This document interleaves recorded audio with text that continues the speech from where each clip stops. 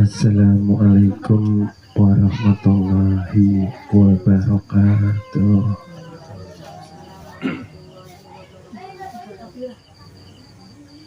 Alhamdulillah, puji syukur kehadirat Allah Subhanahu wa Ta'ala kepada kita pada malam hari ini atas anugerah taufik hidayah serta inayahnya kepada kita hingga kita bisa berkumpul pada malam hari ini di majelis yang penuh berkah dan rahmat ini.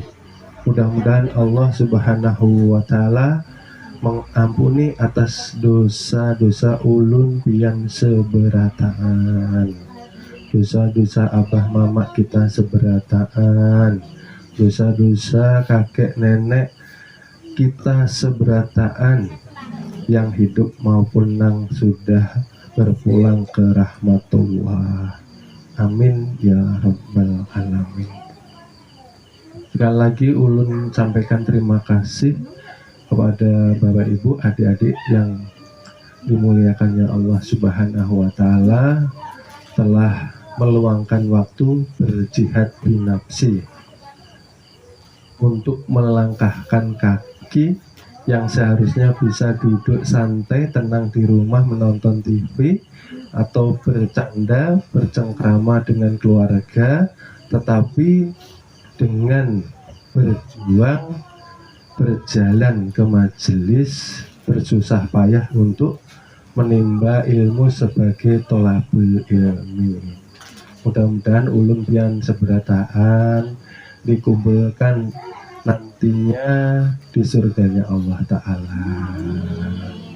Amin ya rabbal alamin. Bapak Ibu, adik-adik yang dirahmati Allah Subhanahu wa Ta'ala, malam ini kembali kita bertemu dan kembali ulun lawan pian bersama-sama murojaah pelajaran, karena tanpa murojaah maka ilmu nang kita pelajari pastinya akan lalai dan lupa. Dan malam ini kajiannya ialah bagaimana kita meraih ridhonya Allah Ta'ala. Karena ketika hidup tanpa diridhoi Allah Ta'ala, maka kehidupan kita akan terasa berat di dunia ini, Bapak Ibu. Kenapa tidak diridhoi oleh Allah Ta'ala? Karena selama hidup kita tidak mengenal nang ampunnya hidup, kada mengenal nang ampunnya nama Allah Subhanahu wa Ta'ala. Karena datuk-datuk kita, datuk-datuk terdahulu seperti datuk Kelampean, mungkin masih ingat nang masih yang masih sepuh-sepuh, seperti nenek datuk Kelampean itu dulu Bapak Ibu ulama yang termasyhur. Zaman dahulu itu beliau mengajarkan yang pertama itu ialah Awaluddin, Awaluddin, Akhiruddin. Kalau di kamar terus namanya Kamaruddin. Itu Awaluddin ma'rifatullah, itu nang diajarkan datuk-datuk kita dahulu. Baru setelah selesai matang tauhidnya, ma'rifatnya, tasawufnya, barulah beliau datuk kita mengajarkan yang namanya fikih. Nah, kenapa seperti itu? Ya karena di rukun Islam yang pertama kali ialah syahadat. Maka kita sebagai anak cucunya Datuk Kelampean ini, kisahnya harus mempelajari dengan matang yang namanya syahadat. Nah, apabila kada matang belajar syahadatnya, kena Nah, dikhawatirkan jadi perampok ya. Kayak apa kisahnya jadi perampok nih guru? Kisahnya ujar datuk kita, bilanya pian ini kada bujur sahadatnya, maka merampoki sifatnya Allah Ta'ala. Kita nang merasa sholat, kita nang merasa hebat, kita yang merasa jago ini nah, kita yang merasa pandai ilmunya, merasa alim, nah merasa harat tuh pang. Maka nang semua sifat itu tidak lain munculnya tilik ke dalam diri ialah dari Allah Ta'ala jua. Oleh sebab itulah datuk kita mengajarkan yang pertama awaludin, supaya ketika bujur syahadatnya insya Allah bujur sholatnya. Beberapa kajian terakhir ini kan sudah kita jelaskan ya, bahwa pada kenyataannya di luar majelis kita banyak nang berkata yang penting itu sholat yang benar sama baik sama orang sudah cukup, seperti itu ya. Banyak yang berkata seperti itu, kada usah belajar nang aneh-aneh jarna. Apa belajar yang aneh-aneh ini? Dikiranya belajar awaludin ini belajar nang aneh itu karena zaman Walanda. Nah, zaman Walanda ini karena orang Walanda ingin mengadu domba ulama Nusantara. Nah, diadulah ujarnya orang nang belajar Nur Muhammad urofat bid'ah sasat. Nah, sampai terbawa sekarang. Nah, karena bangsa Walanda itu takut Bapak Ibu, ya, takut kalau orang kita belajar tasawuf atau ma'rifah timbul nang namanya semangat berjuang, kada ada takut-takutnya. Nah, ujarnya Sunan Kalijaga, inilah ajimat kalimat sada. Nah, barang siapa menguasai jimat kalimat sada maka sakti mandraguna. Nah, kalimat sada itu apa Bapak Ibu? Kalimat syahadat. Ujar kita orang Banjar sahadatain. Ujar kita syahadat kalimat dua. Syahadatnya satu, kalimatnya dua. Syahadat tauhid sama syahadat rasul. Nah, barang siapa menguasai jimat kalimat sada, nah apa kada sakti setelah inyak membaca maka fana dirinya, lenyap nang timbul siapa Bapak Ibu? Allah dan Muhammad junjungan Nabi kita. Apa kada sakti? Nah, oleh sebab itu ketika sudah syahadat maka fana. Fana itu lenyap, lenyap itu hilang. Yang hilang apanya Pak?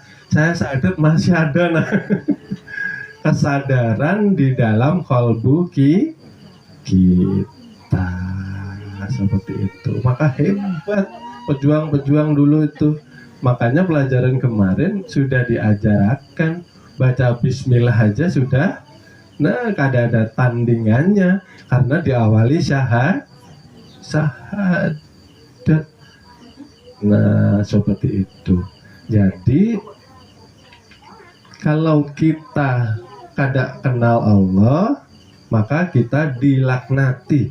Sebelum masuk kubur pun dilaknati Allah Ta'ala. Bukankah kami telah memanjangkan umur ulun pian? kemana saja dipanjangkan umurnya nih, kada mau mengaji, nah kada mau tolabul ilmi, nah kada mau suluk. Setelah menuntut ilmu harus menjalankan, harus suluk. Setelah suluk baru wasil, baru sampai atau bertemu.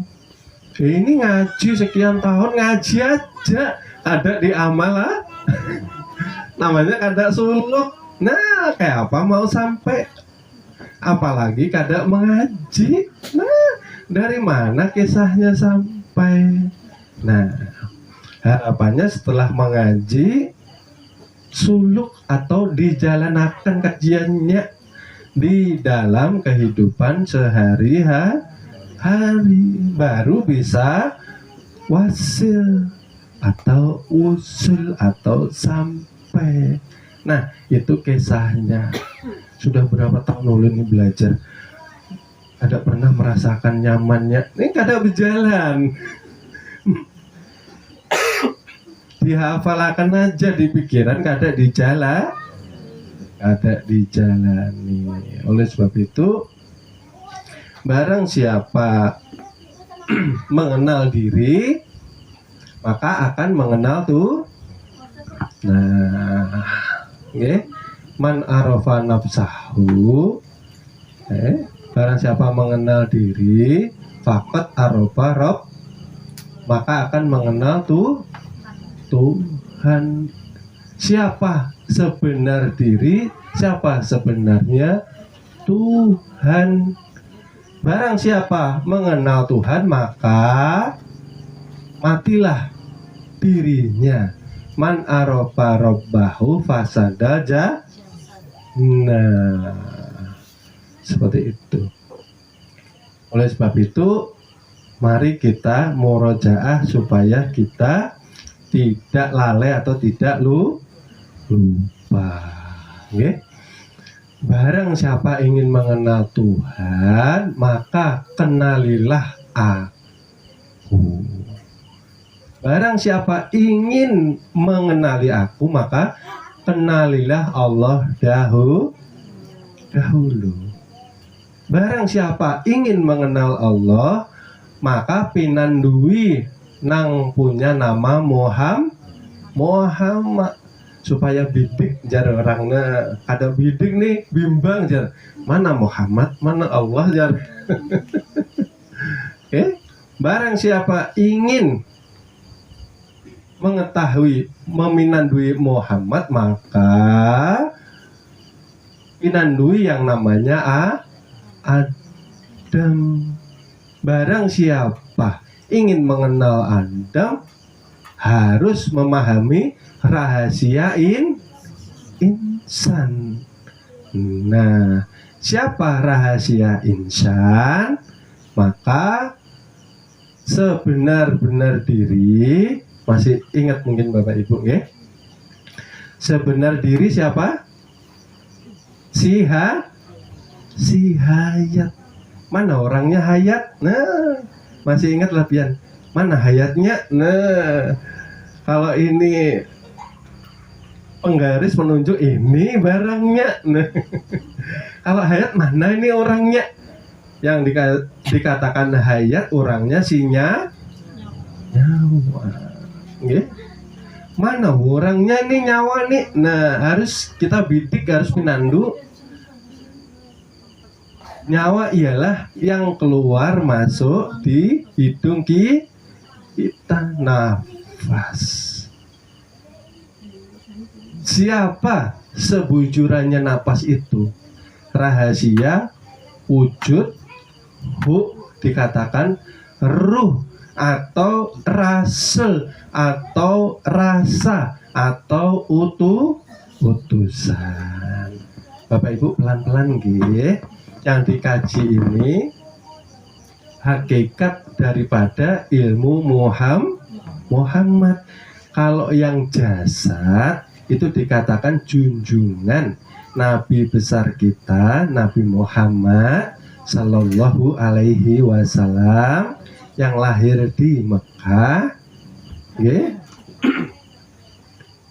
40 tahun diangkat kenabian dan kerasulan. Lalu 13 tahun beliau di Mekah, tetap di Mekah mengajarkan ilmu tauhid 13 tahun. Lalu hijrah ke Madinah, barulah beliau mengajarkan yang namanya fikih. Maka lengkap 63 tahun. Itu yang jasad yang Muhammad, junjungan Nabi besar kita, yang menjadi suri tauladan kita. Hati-hati nggih Bapak Ibu, harus bisa membedakan nggih. Karena sekali lagi ini pelajaran yang sangat sensitif, sangat rawan, sangat berbahaya jika tidak dipahami dengan hati-hati. Kenapa? Nanti nang tepit. Nah, ini paguruan kita. Belajar di sana jadi nabi naham. Habisan. Nabi kita yang terakhir itulah yang paling sempurna penutup para nabi. Di sini yang dikaji hakikat Muhammad yang menjadi nur awal mula kejadian alam semesta beserta diri kita. Oleh sebab itu sering saya menyatakan secara pelan dan hati-hati, ya Bapak Ibu. Kenapa dikatakan ruh ini rasul? Kenapa dikatakan utusan? Karena yang ditiupkan ke calon bayi itulah yang dikatakan utusan. Yang asalnya suci kembali harus itulah yang ditiupkan, itu utusan. Berarti kita semua ini utusan. Maksudnya utusan tanpa kepangkatan. Kita ini diuji di dunia ini, maka dilahir karena sudah berbaiat alastu birabbi. Nah, qalu bala sahidna. Kita menyatakan sudah Allah Tuhanku. Kayak apa kisahnya ini dilahirkan untuk diuji? Bujur aja kah ini? Nah, kisahnya.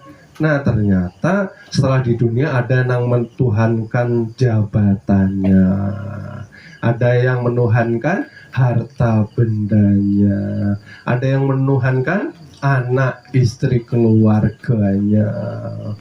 Wah, ulu nih dari nasab ini. Ya Allah. Jadi berhala banyak di hatinya, sasatnya di dunia. Ada bulik ke Allah, maka buliknya ke api neraka. Itulah yang dikatakan ruh, rasul atau utusan. Nyata ke batang tubuh kita menjadi rasa yang meliputi, maksudnya. Pian dicubit di kaki, nah terasa. Nah, di mana-mana pun pian bisa rasa, inilah nang meliputi, dikatakan ruh yang telah muhit di batang tubuh kita. Inilah sebenar-benar diri kita, ruh itulah yang menjadi rahasia kepada insan, Bapak Ibu. Siapa ruh itu? Dikatakan sir, inilah rahasia yang saya katakan tadi. Rahasia itu yang mana orangnya? Rahasia itu yang dikatakan inya Nur Muhammad. Mana Nur Muhammad nih? Nyatanya menjadi 7 sifat di awak kita, di badan kita, di badan Andika. Sifat ma'ani 7 sifat. Sifat contoh, sifat basor. Basor itu yang melihat. Sifat sama itu sifat yang mendengar. Sifat hayat, sifat yang hidup dan menghidupi. Siapa ini? Yang hidup lalu menghidupi, yang melihat dan yang mendengar siapa Bapak Ibu? Allah. Aku ini Allah nang melihat, nang mendengar, nang hidup lalu menghidup. Itulah dikatakan zat. Zat itulah sebujarannya ulun nina, bukan ulun ini maksudnya. Allah maksudnya, yang mengatakan sebenar Allah itulah Tuhan yang dikatakan laisa kosong. Nah, berarti yang dikatakan diri sejati, diri yang sebujurannya diri, siapa Bapak Ibu? Oh, Allah. Yang dikatakan diri terperi, siapa Bapak Ibu? Diri Muhammad, diri terperi. Diri yang terdiri ialah yang dikatakan Adam. Kalau dikiaskan, kias itu perumpamaan, mendekatkan paham. Yang sebenarnya diri itu kiasnya ialah kapas. Sebenar diri ialah kapas yang dikatakan tadi Allah. Ini kias ya Bapak Ibu ya, bukan kapas itu Allah. Nah, sasat juga ini. Kias namanya. Lalu diri terperi itulah dikatakan Muhammad. Kiasnya ialah benang.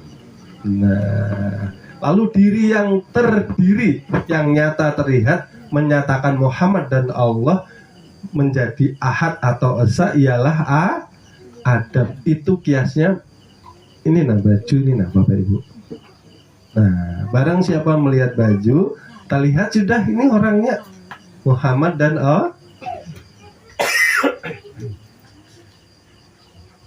Abilanya kita melihat Nur Muhammad berarti nyata zatnya Allah. Oleh sebab itu amunnya dulu ada di sini ada berlatih zikir nggih, sebelum ada kajian ini. Berlatih zikir. La ilaha illallah, la ilaha illallah. Ampihan zikir, lalu ada nantanya, lalu Muhammadnya mana ini huruf? Itu nama pandir itu Muhammadnya. Ya Allah. Jadi kada perlu juga dilengkapi. Artinya kisahnya kalau sudah la ilaha illallah, disitulah sudah ada Muhammadnya sebagai Rasul Allah yang terperi, nyata yang terdiri. Nah, itu nang menggawi sebujurannya Muhammad. Nah, seperti itu. Oleh sebab itu Bapak Ibu, ketika kita ingin doa kita diijabah Allah Ta'ala, ini syariat nggih. Makanya saya sering memberikan kajian itu hati-hati Bapak Ibu, sesuai makom. Maksudnya itu sesuai makom itu apa? Kalau kita masih makomnya kira-kira di awam, maka harusnya berdoa. Jangan makom awam ngikuti makomnya para wali. Nah, wali itu mau berdoa supan. Nah, sudah terlihat orangnya kenapa minta-minta. Nah, jadi kalau masih makomnya awam, ya harus tetap menjalani berdoa, yasinan, tahlilan, kirim doa ke arwah, itu wajib loh Bapak Ibu. Nggih? Jadi maksudnya di sini saya mengungkapkan hati-hati supaya tidak tersalah paham. Bisa kita menempatkan diri kita di makom mana, nggih? Abilanya mau kita doa kita terkabul, maka selalu awali dengan sholawat. Ya? Kenapa diawali dengan sholawat? Karena berkah dari nama junjungan Nabi kita yang mulia, Nabi Adam, diampuni dosa-dosanya. Karena ketika Nabi Adam terlempar dari surga, Nabi Adam berdoa dengan wasilah nama junjungan Nabi besar kita, maka diampuni seluruh dosa Nabi Adam. Karena Nabi Adam ketika di surga sempat melihat di 8 pintu surga itu, kalau tidak salah, di 8 pintu surga itu semuanya terdapat di pintunya itu kalimat la ilaha illallah Muhammad Rasulullah. Nah, ambil sholawatnya. Makanya kalau pian punya rumah, biar terasa seperti surga kan, nah di atas pintu pasangin tuh kaligrafi la ilaha illallah Muhammad Rasulullah. Nah itu seperti pintu-pintu surga tuh, nah pasangin dengan warna emas berkilau. Nah, wah ini seperti surga, ini rumahku surgaku. Seperti itu Bapak Ibu, okay? Oleh sebab itu kita membuka majelis juga diawali sholawat, kita tutup juga dengan sholawat. Mudah-mudahan dapat keberkahannya. Keberkahan itu ya meliputi banyak hal Bapak Ibu. Amunnya kita punya dosa, mudah-mudahan diampuni. Amunnya kita kada paham, mudah-mudahan jangannya kada sekarang, esok-esok dipahamkan ilmunya. Kan seperti itu Bapak Ibu. Karena tanpa ilmu sia-sia amal ibadah. Kemarin aja masih banyak belum paham. Artinya belum paham itu apa? Jakanya kada bujur pengenalan lawan Allah nih, nang kayak apa nang sholat, nang rajin sholat kisahnya, nang ahli ibadah, ahli surau, ahli masjid kayak apa kisahnya. Bukannya kita menyalah-nyalahkan, secara logika aja kemana tujuan ibadahnya, menyembah Allah. Berarti menyembah harus bertemu dengan Allah, karena sebelum sholat harus syahadat asyhadu alla ilaha illallah. Kan ini menyaksikan Bapak Ibu, berarti harus terlihat yang saksikan Allah namanya. Nah kan kayak itu logikanya. Wa asyhadu anna Muhammad Rasulullah. Nah Muhammadnya nang mana? Sudah terlihat lah. Nah logikanya kalau hanya melafazakan, nah kisahnya ini yang dikatakan syahadat palsu, menyaksikan tanpa melihat, menyatakan tanpa mengerti kebujurannya. Nah kayak itu. Makanya kita mengajari kajian di majelis ini supaya memberantas buta tauhid, meneruskan perjuangan Nabi. Ini nah yang diperjuangkan 13 tahun di Mekah Bapak Ibu, sebelum hijrah ke tauhid. Makanya tadi di awal ulun sampaikan, datuk kita, datuk Kelambayan, anak cucunya dahulu, itu yang diajari awalnya ya ini Bapak Ibu. Supaya apa? Supaya kada terabuti haknya Allah Ta'ala. Sekarang pian perhatikan, banyak sholat, banyak maksi, berarti kada searah ini. Yang dikatakan sholat mencegah dari perbuatan keji dan nah karena apa Bapak Ibu? Syahadatnya yang awal sudah kada bujur. Inyak sholat masih mencuntan, inyak sholat masih menipu daya, inyak sholat masih buruk sangka, lisan serampangan. Nah ajaran gurunya diterjang aja. Nah kayak apa? Ajaran nang bujur-bujur kada dijalani. Ya karena syahadat nang kada selesai Bapak Ibu. Oleh sebab itu Bapak Ibu, barang siapa malam ini dan di mana saja menyimak kajian ini, kita ini dikatakan mendapat hidayah itu petunjuk. Sebenar hidayah, sebenar petunjuk ialah ma'rifah, pengenalan. Nah, pengenalan yang mana? Ternyata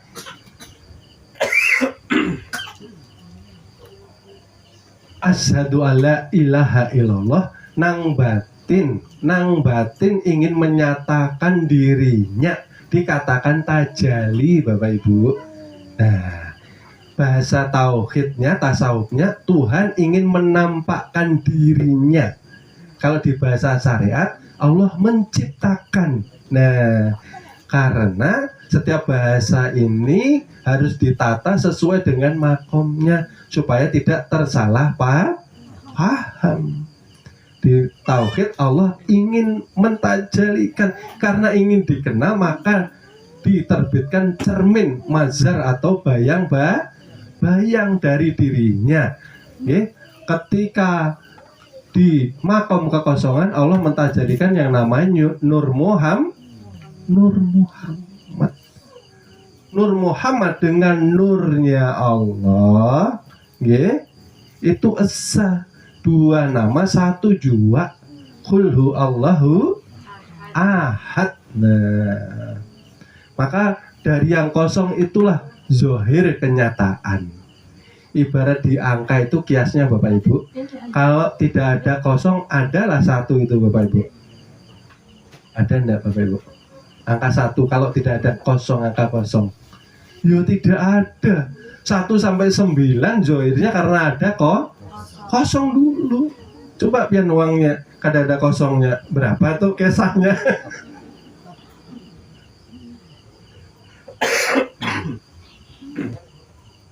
Jadi alhamdulillah malam ini kita termasuk yang mendapat petunjuk dan hidayah, berarti kada sembarangan. Piani pilihan Tuhan. Piani dijadikan ahli-ahli surganya Allah Subhanahu wa ta'ala. Ada semua orang Bapak Ibu, ada semua orang ingin mengenal Tuhan. Kada semua. Buat apa Jar? Buat apa belajar nangka itu? Nah, yang penting aku sholat selesai, aku nyembah Tuhan. Ditanya Tuhan yang mana? Nah, kada boleh juga nangka itu masuk tulun. Tuhan yang mana yang pengen sembah ini lah 70 tahun lamanya nih nah. Allahu Akbar. Ketika takbir yang pengen ragap nih siapa gerang? Nah, ini si Muhammad dikatakan rasulnya Allah. Maka harus tuh badil, ketika takbir harus terganti. Yang terganti itu apa? Kesadarannya. Jika masih si Udin, si Ahmad, nah belum itu, masih harus belajar. Karena yang sholat ialah sifat menyembah kepada zat. Nah kayak itu. Nah, orang yang sudah mendapat hidayah karena sudah diberi pengenalan atau makrifah, mereka itulah seakan-akan mendapatkan Lailatul Qadar. Makanya yang itikaf ke masjid, ke musola jangan dicela, berdiam aja. Kadang-kadang boleh, adab kita itu kadang boleh menyalahi orang Bapak Ibu. Kita semakin paham semakin tawaduk, kada boleh mengejek, kada boleh merendahkan, menghargai, berdiam aja kayak orang bungul tuh pang. Nah, menghormati keyakinan orang awam itu sendiri. Maka itu karena mereka itu mengharapkan yang benar juga, mereka mengharapkan yang kebaikan. Itikaf itu kan untuk kebaikan. Karena arti Lailatul Qadar itu dari gelap menuju kepada yang terang, mendapat pencerahan, nurun ala nur. Allah tajali kepada Muhammad, nyata kepada Adam, dikatakan insan. Itu loh Bapak Ibu. Makanya Lailatul Qadar itu kan sering dianjurkan di tanggal yang ganjil. Yang ganjil siapa Bapak Ibu? Allah Ta'ala. Contoh 21 umpamanya. Yang satu yang ahad itu siapa Bapak Ibu? Allah. Makanya ketika man arafa rabbahu, ketika sudah mengenal Tuhanmu, maka binasa diri. kalau sudah binasa, karena kalau sudah bertemu Tuhan kada boleh ada dua jagau.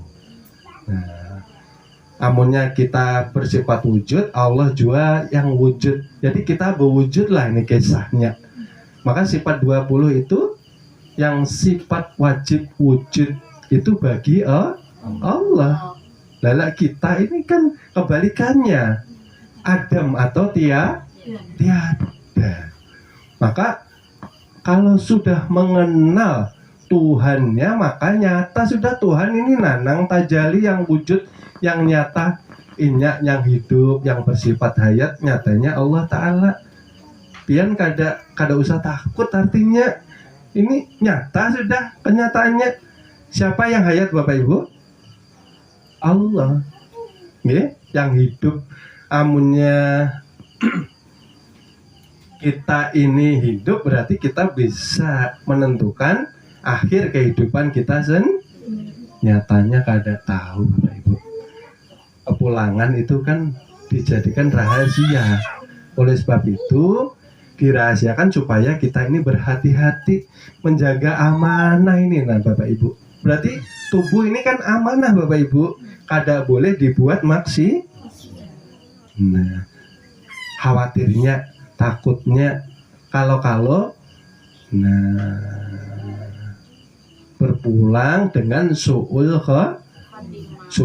Kenapa su'ul khotimah? Ketika kita berpulang dalam keadaan lalai dan lupa, setiap keluar masuk napas ada beringat lawan Tuhannya.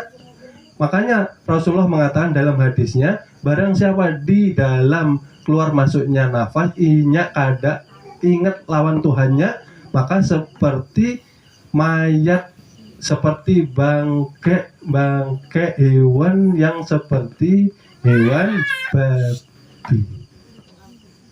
Nah, makanya pantas saja Bapak Ibu, kalau di dalam penglihatan para wali itu orang-orang yang kada ma'rifat, batang tubuhnya aja manusia, kepalanya macam-macam. Karena kada yang kada pinanduk pasti bermaksiat. Maksiat yang paling halus kada ingat lawan Tuhannya di setiap keluar masuknya napas. Nah, kada pinanduinya, kada bidik siapa ini nang keluar, siapa ini nang maka dikatakan aku ini na Allah, aku Allah, hu Allah, hu Allah, hu Allah, hu Allah. Kita tinggal merasakan aja. Jangan kita ini mengikuti juga. Napas sudah zikir, kita ikut zikir, nanti mangga. Nah, rasakan aja. Sudah berzikir Bapak Ibu, tinggal kita merasakan, menyelaraskan, menyambungkan. Nah itu maksudnya. Amunnya kada beringat berarti kada sambung lawan Tuhannya, maka dikatakan lalai, dikatakan lupa, itulah dikatakan maksiat. Nah seperti itu Bapak Ibu nggih. Jadi sampai kita sudah kepada pengenalan diri, maka di situ dikatakan Allah itu nama diri Tuhan. Allah itu nama diriku. Muhammad itu nama wujud diri Allah itu tadi. Ya? Adam adalah rupa diriku, diri Tuhan itu sendiri. Insan menjadi rahasiaku. Okay. Rahasia Allah Subhanahu wa Ta'ala kepada insan terdapat kepada zat dan sifat, asma dan zat kepada sir dia nampak, sifat nyata kepada ruh kepada insan, asma nyata kepada hati atau qalbu, fi'il atau perbuatan tampak ke batang tubuh kita. Itulah yang dikatakan ainullah, okay? Atau wujud kenyataannya Allah. Oleh sebab itu Bapak Ibu, ketika kita menilik dari mana datangnya perbuatan diri, disitulah tumbuh yang namanya sifat tawadu, hancur yang namanya sifat takabur. Nggih. Untuk menghancurkan, masih ingat Bapak Ibu? Matikan diri, nyatakan kepada hati, maka nyata hati yang berbuat kepada diri. Maksudnya apa? Ketika kita sholat, datangnya gerak awalnya dari niat. Betul Bapak Ibu? Kalau tidak berniat kadang berdiri sholat, berarti bujur aja. Matikan diri, terlihat ini hati nang berbuat. Nah itu Mas Dolen. Paham ya Bapak Ibu ya? Nah, hancurkan hati, maka akan tampak yang namanya rahasia wujud hub. Ini yang nyata memberi perintah kepada hati untuk berniat. Setelah hati berniat menggerakkan diri, berdiri sholat. Paham nggih? Bapak Ibu paham nggih? Pelan-pelan nggih. Hancurkan hati, tumbangkan hati, nggih. Nyatalah ruh yang mempunyai kuasa memerintah hati untuk berniat menggerakkan diri untuk berdiri sholat. Karena hati, kolbu, ruh kita tidak bisa hidup tanpa tiupan ruh. Bukankah ini nanti dijemput ambulan Bapak Ibu? Ya, diri dan hati tanpa ruh dijemput ambu. Nah, Allah. Karena ada ruh. Paham ya Bapak Ibu? Berarti yang kuasa di kalbu atau hati kita ialah rahasia wujud ruh. Berarti yang kuasa. Hancurkan diri, hancurkan hati, hancurkan ruh.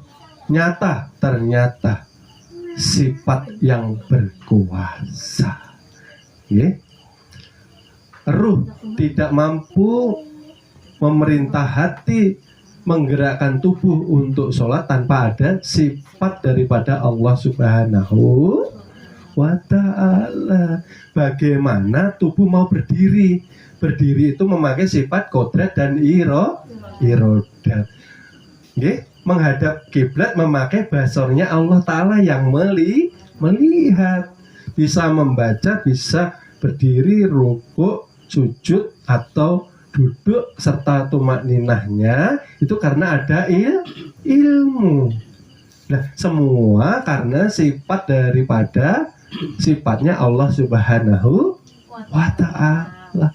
Berarti nyata sebujurannya timbulnya dari sifat. Sifat hancurkan lagi Bapak Ibu. Hancurkan lagi sifat. Nyata aku Allah katanya zat yang berkuasa. Berarti dari mana timbulnya gerak ibadah dan amal? Dari Allah Ta'ala juga. Ini loh maksudnya Bapak Ibu. Kita kadang boleh mengaku lagi tetap sholat. Maksudnya nang kayak itu. Ini kadang dengarkan sama mengantuk-ngantuk jar. Ampian lagi sholat jar.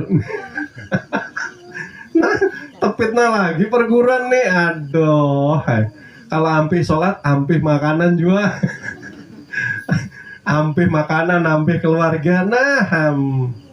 Nah, berarti maksudnya ini menilik daripada datangnya amal dan ibadah, supaya kita tidak mengharap amal lagi, tidak mengharap pahalanya, tidak mengharap-harap surganya. Kalau kita berdiri di makom tauhid atau tasawuf, supan.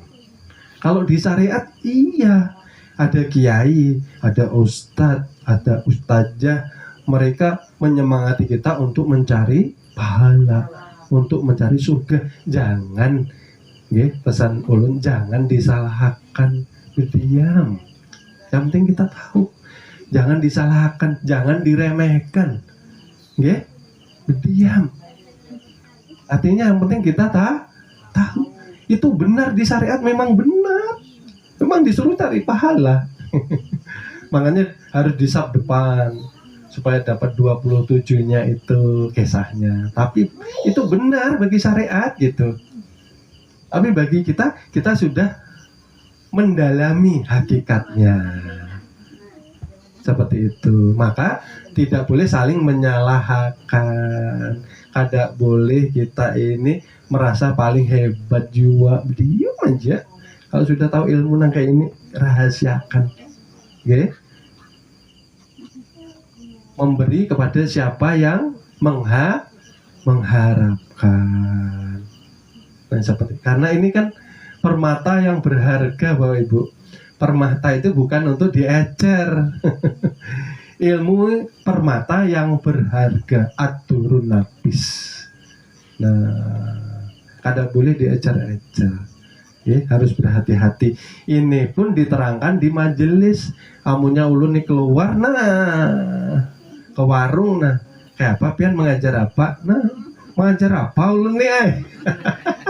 Kadang mau tak keluar juga ilmunya. Nah, kada tempatnya. Yeah.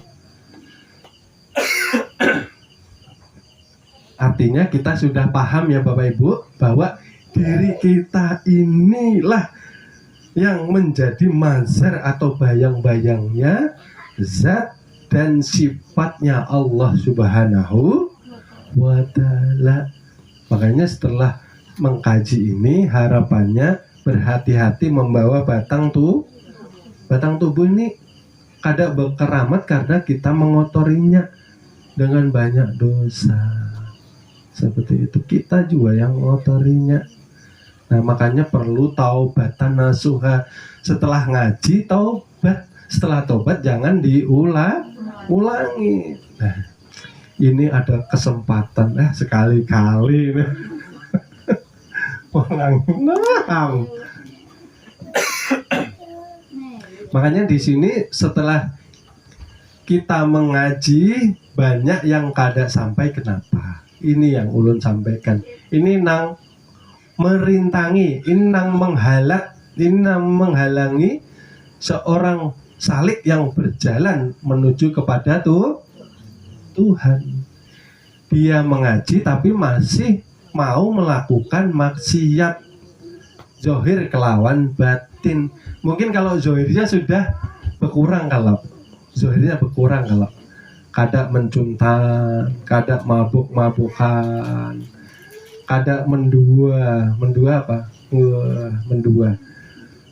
apa? Rumput tetangga lebih hijau katanya. Apa itu? Selingkuh. Nah, matanya sekeranjang. Ya Allah, ampihan sudah. Ya, yang tadinya main wanita ini sudah kada wani lagi. Terus apa lagi? Ya, yang bukan haknya kada boleh diambil. Walaupun di hutan kita menemukan emas segunung kisahnya Bapak Ibu. Kada ada yang tahu. Kalau kita ambil, kita yang dapat mudaratnya. Kada boleh Bapak Ibu. Okay? Barang siapa bukan milik kita, jangan sekali diambil. Okay? Itu yang zohir kemungkinan sudah ampihan kalau. Tapi yang batin ini yang berat Bapak Ibu. Di mana hati kita dituntut untuk selalu terjaga dari apa Bapak Ibu? Terjaga dari menilai keburukan orang, membicarakan keburukan orang. Hati kita dijaga supaya kada penyarikan, kada dendam. Ya, sama saudaranya sudah benci betul lah sama itu. Iya. Saya hati, benci ya sama itu. Kayak apa mau menuju kepada Tuhan? Kemanapun pian belajar mengaji, kalau masih melakukan ini terhalat lawan Tuhan. Apa pian sadar? Berarti belum panah pian. Asyhadu alla ilaha illallah. Nang gaib yang kada kelihatan ingin menjadikan dirinya. Dikatakan wa asyhadu anna Muhammad Rasulullah. Ini yang terpuji. Maka kita harus menjalani segala sifat-sifat terpuji junjungan Nabi besar kita, Nabi Muhammad Shallallahu Alaihi Wasallam. Masih batin Bapak Ibu yang berat. Kita masih seuzon dengan saudara kita. Oke. Pokoknya yang kotor-kotor masih belum dikeluarkan. Berarti jarang zikir.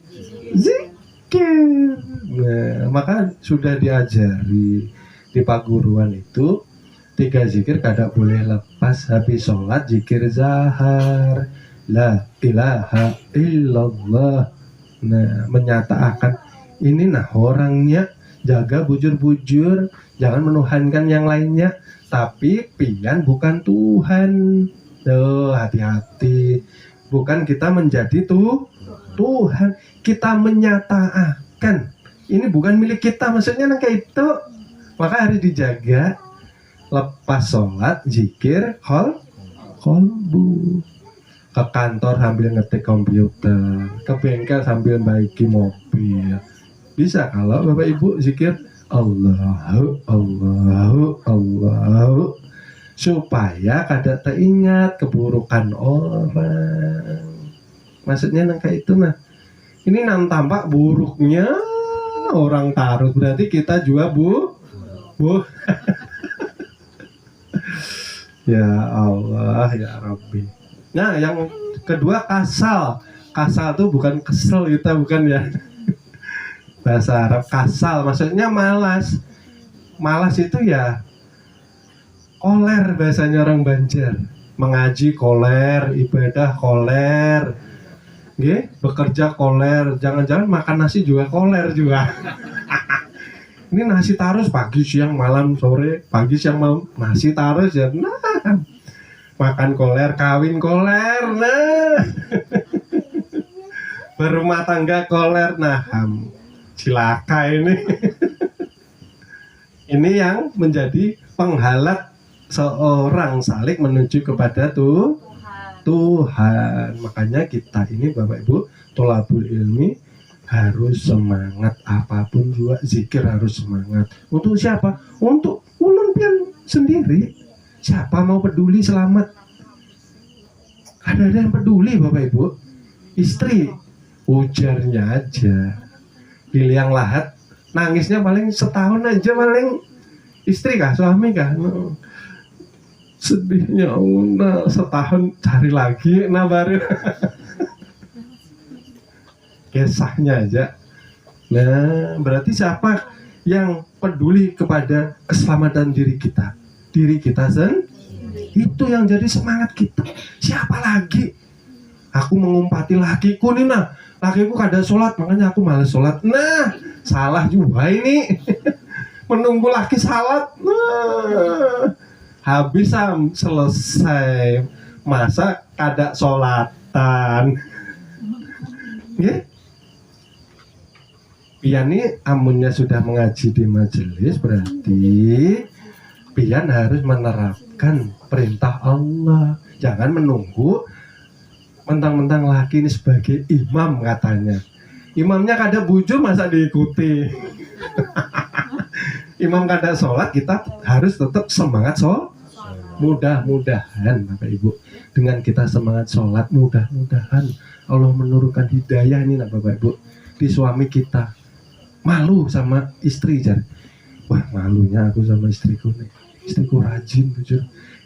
Lama-lama dia ambil wudhu juga, sholat juga. Kada usah disuruh-suruh laki itu. Laki kah? Istri kah? Kada usah disuruh. Kita contohi. Seperti itulah teladan junjungan Nabi besar kita. Pian kalau menyuruhin laki, sarik laki. Nah, urus-urus nah. Beri suri tauladan yang bagus, ingat supan sendiri Bu. Karena masih sejajarnya manusia pasti ada hati nurani. Makanya kita kada boleh menyariki orang yang belum sholat. Jangan Bapak Ibu, ya. Yang bagus-bagus, ya. Karena hidayah itu kan sewaktu-waktu Allah bisa menurunkan ke dalam hati manusia, ya. Lalu futur itu lemah semangat, artinya bimbang karena terlalu mengejar masa depan, mengejar harta dunia, lalu lemah semangatnya di dalam memikirkan, menyiapkan bekal untuk akhirat. No, siang malam, kaki menjadi kepala, kepala menjadi kaki katanya ujarnya. Ya Allah. Lalu selanjutnya yang keempat ialah malal. Malal itu atau dikatakan pembosanan. Cepat puas atau pengen cepat ampihan.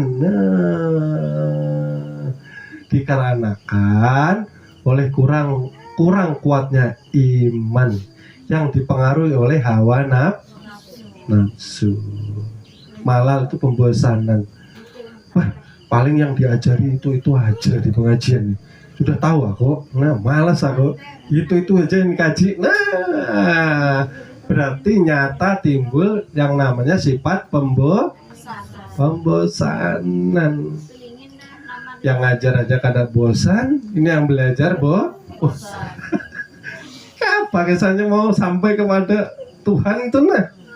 Paling ya itu aja. Lah itu aja ya belum sampai loh nyatanya. Ya Allah, pengen cepat sampai atau cepat puas tanpa menjalani yang namanya tahap-tahapan pembersihan tazkiyatun nafs atau tazkiyatun qalbu. Karena menuju Tuhan itu Bapak Ibu, diri dan qalbu harus dibersihkan. Itu yang berat Bapak Ibu. Kalau mengaji tuntung sudah ini ilmu makrifah nih, biar setiap mengaji di sini tuntung sudah ilmunya. Tinggal apanya Bapak Ibu? Amalnya, tinggal suluknya. Nah, amunnya turun dari sini kada dijalani sami mawon, sama aja. Maka perlu pembersihan tazkiyatun nafs dan qalbu. Karena ini tadi Bapak Ibu, kurang kuatnya iman itu karena terpengaruh oleh hawa nafsu. Hawa nafsu itu termasuk salah satunya di antaranya ialah syirik khafi. Ini yang menyebabkan apa Bapak Ibu?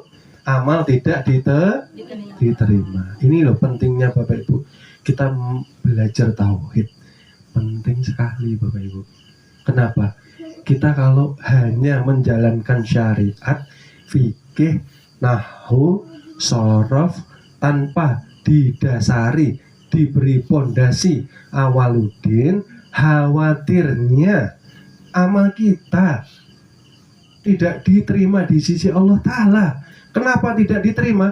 Ya karena kita selama ibadah, selama mengaji, selama sholat, selama puasa, selama berzakat, selama kita berhaji tulak ke Mekah Al-Mukarramah, kita tercemari ibadahnya dengan syirik.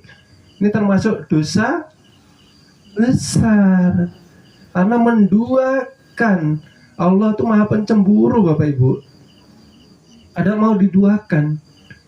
Amunnya kada mengaji, tahulah kita ini kalau ibadah kita ini syirik Bapak Ibu. Kada tahu Bapak Ibu. Makanya tadi di awal ulun mengatakan Datuk Lampian itu, nah anak cucunya, cicitnya diajarkan tauhid dahulu, awaludin dahulu. Setelah kuat baru fikih. Supaya nanti setelah mereka menjalani fikihnya, mereka tidak pamer ibadahnya. Okay?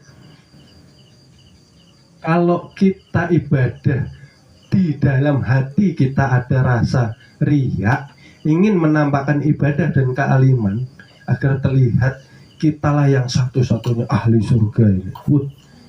Kesannya paling jaga untuk agama. Berarti sudah tertolak di sisinya Allah Ta'ala. Di sisi manusia terlihat tidak Bapak Ibu? Tidak terlihat.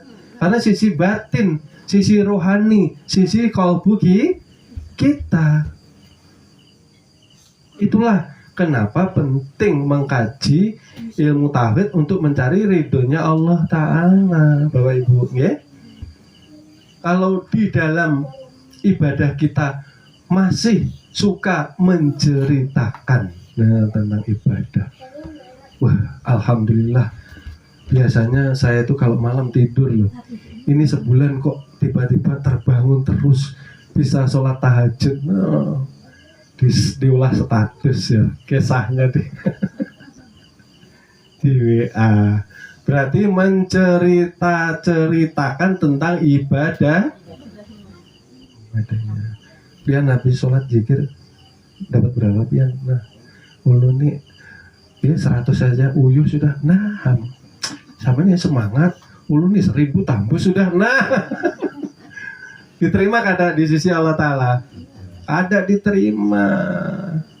Sudah menceritakan supaya terdengar orang tuh, nah, supaya dapat sanjungan dan maka segala puji hanya milik Allah. Alhamdulillah. Kenapa kok segala puji untuk Allah? Karena nang menggawi siapa tadi Bapak Ibu?